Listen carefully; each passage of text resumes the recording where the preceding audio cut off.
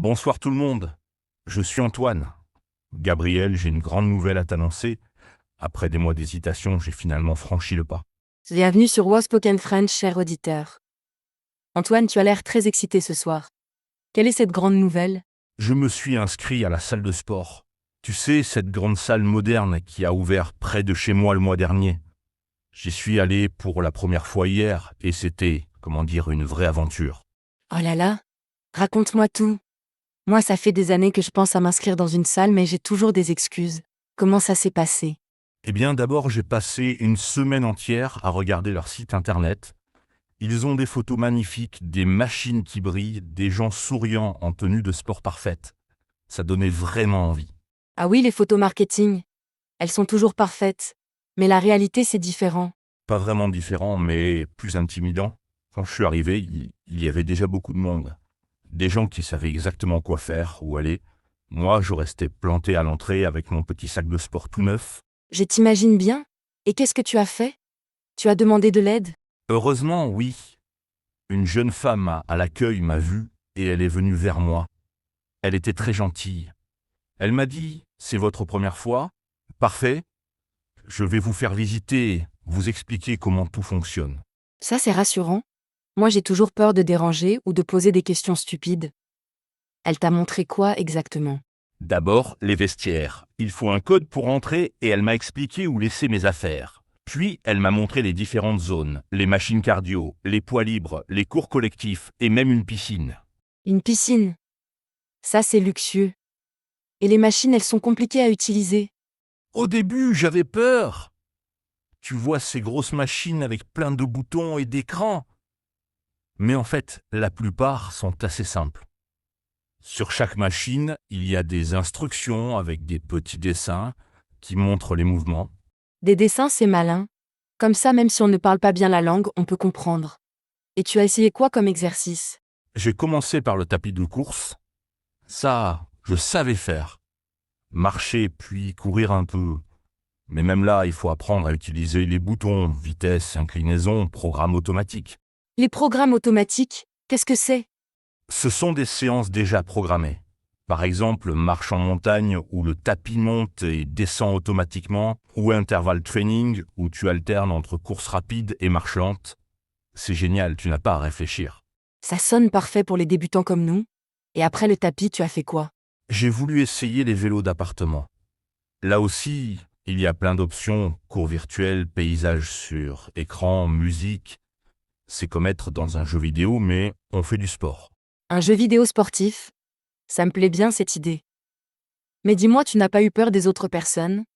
Moi, j'ai toujours l'impression que tout le monde va me regarder et juger ma performance. Tu sais quoi, Gabriel? J'avais exactement la même peur. Mais en réalité, chacun est concentré sur son propre entraînement. Personne ne fait attention aux autres. Et même les gens sont plutôt bienveillants. Vraiment? Tu as parlé avec d'autres membres? Un peu. Un monsieur âgé m'a aidé à régler la hauteur du siège sur le vélo. Une dame m'a expliqué comment bien tenir les haltères. Les gens aiment partager leurs conseils quand on demande poliment. C'est encourageant. Et niveau équipement, il faut apporter quoi? J'imagine qu'il y a une liste spéciale. Pas compliqué du tout. Une serviette obligatoire pour mettre sur les machines, des chaussures de sport propres, une bouteille d'eau et des vêtements confortables. Ah, et un cadenas pour le casier. Un cadenas? Ils ne fournissent pas? Non, il faut apporter le sien, mais pas de panique. Ils en vendent à l'accueil si on oublie. Moi, j'ai acheté un petit cadenas à code, comme ça, pas besoin de clé. Pratique.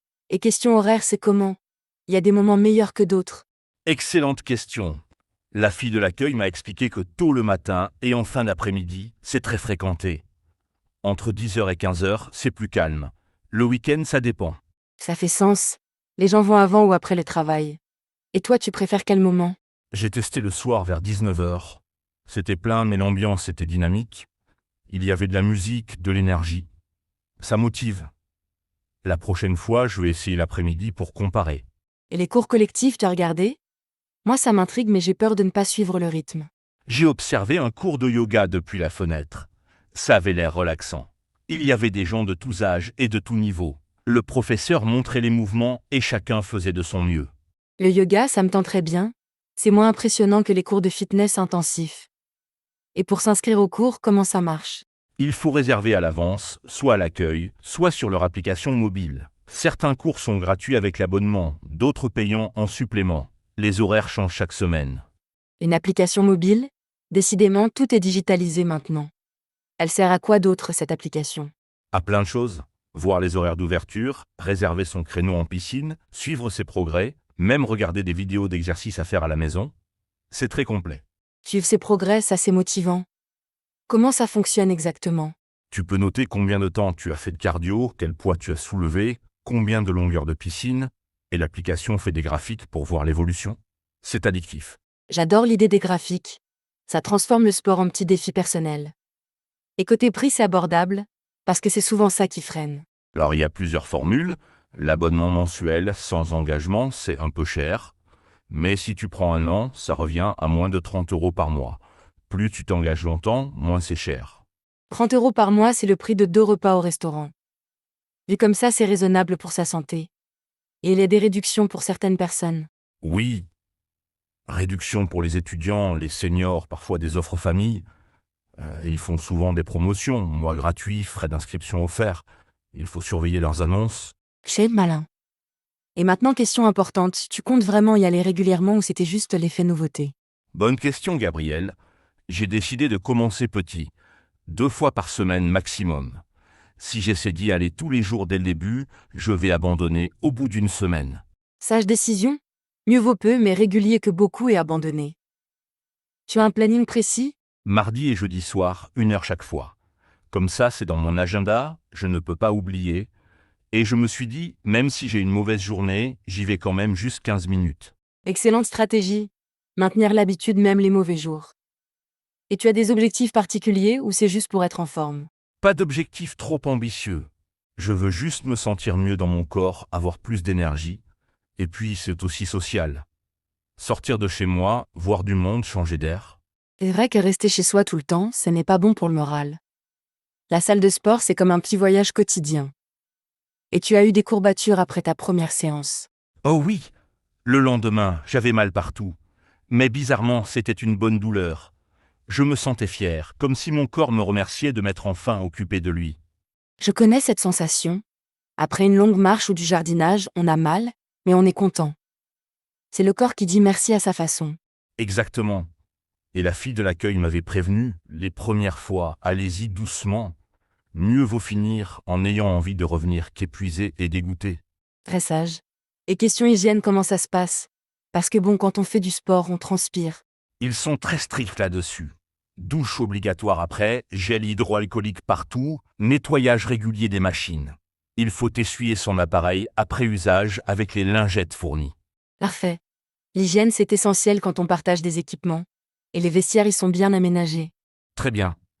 Casier de différentes tailles, sèche-cheveux, bancs, miroirs. Et même des produits de douche si on oublie les siens. Tout est pensé pour le confort. On dirait un petit hôtel. Et dis-moi, tu as remarqué une ambiance particulière? Les gens sont plutôt dans leur bulle ou sociables. Un mélange. Certains ont leurs écouteurs et restent concentrés. D'autres discutent entre exercices. L'ambiance générale est positive, encourageante. Personne ne se moque de personne. C'est rassurant. J'avais cette image des salles de sport avec des gens qui se comparent tout le temps. Apparemment, c'est un cliché. Complètement. Au contraire, il y a une solidarité. Quand quelqu'un fait un effort visible, les autres encouragent discrètement. Un sourire, un petit signe de tête. J'aime cette idée de communauté bienveillante. Et pour quelqu'un comme moi qui hésite encore, tu aurais des conseils pour franchir le pas? D'abord, va visiter. La plupart des salles proposent une séance d'essai gratuite. Tu verras l'ambiance, tu testeras quelques machines, sans engagement. Une séance d'essai, c'est parfait.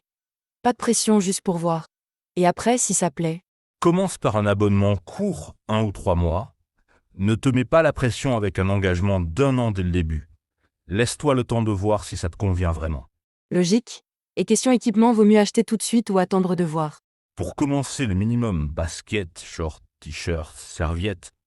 Si tu continues, tu pourras investir dans de meilleures chaussures, des vêtements techniques. Mais pas la peine de tout acheter au début. Éviter les achats impulsifs? Tester d'abord, investir ensuite.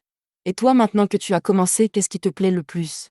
La sensation de faire quelque chose de bien pour moi, et puis c'est un moment où je ne pense à rien d'autre. Pas de téléphone, pas de stress du travail, juste mon corps et l'exercice. Une forme de méditation active. C'est beau cette idée. Et qu'est-ce qui te pose encore des difficultés? Apprendre tous les noms des machines et des exercices. Parfois, je veux demander conseil, mais je ne sais pas comment appeler l'appareil. La machine rouge là-bas, c'est pas très précis. Ah, c'est vrai que ça doit avoir des noms techniques. Tu apprends au fur et à mesure. Oui, et je note dans mon téléphone. Tapis de course, vélo elliptique, rameur. Petit à petit, je constitue mon vocabulaire de sportif. Excellent. Un petit dictionnaire personnel du fitness. Et pour finir, Antoine, tu recommandes vraiment l'expérience à nos auditeurs? Absolument. Même si c'est intimidant au début, ça vaut vraiment le coup. Pour la santé, pour le moral, pour rencontrer des gens, et surtout pour se prouver qu'on peut sortir de sa zone de confort. Merci Antoine pour ce témoignage motivant. Tu m'as donné envie d'aller visiter la salle près de chez moi. J'espère que nos auditeurs vont oser franchir le pas aussi. J'espère aussi, Gabriel. Et rappelez-vous, chers auditeurs, tout le monde a été débutant un jour.